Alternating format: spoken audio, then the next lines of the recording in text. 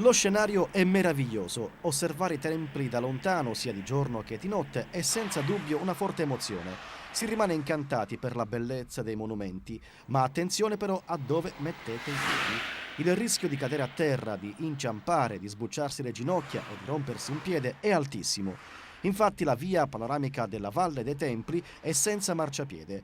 O meglio, c'è la cornice, ma manca la pavimentazione, le mattonelle per passeggiare senza problemi.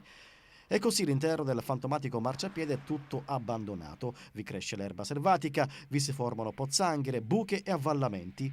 Ed ancora, in assenza di un cestino, gli incivili buttano per terra carta, bicchieri di plastica, lattine, fazzoletti ed altri rifiuti.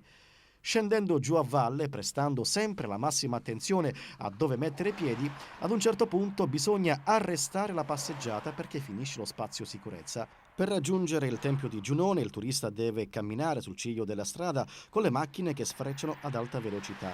Ovviamente la passeggiata archeologica è vietata di notte perché tutta la via è completamente al buio.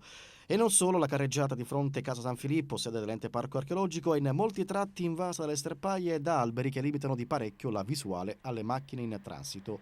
Sta un po' meglio invece l'altra strada d'accesso alla Valle dei Templi, la cosiddetta via passeggiata archeologica nei pressi della chiesa San Nicola. Qui il verde è curato, ma non vi sono cestini per la raccolta delle carte e delle bottiglie. Il marciapiede necessita di interventi per renderlo del tutto agibile.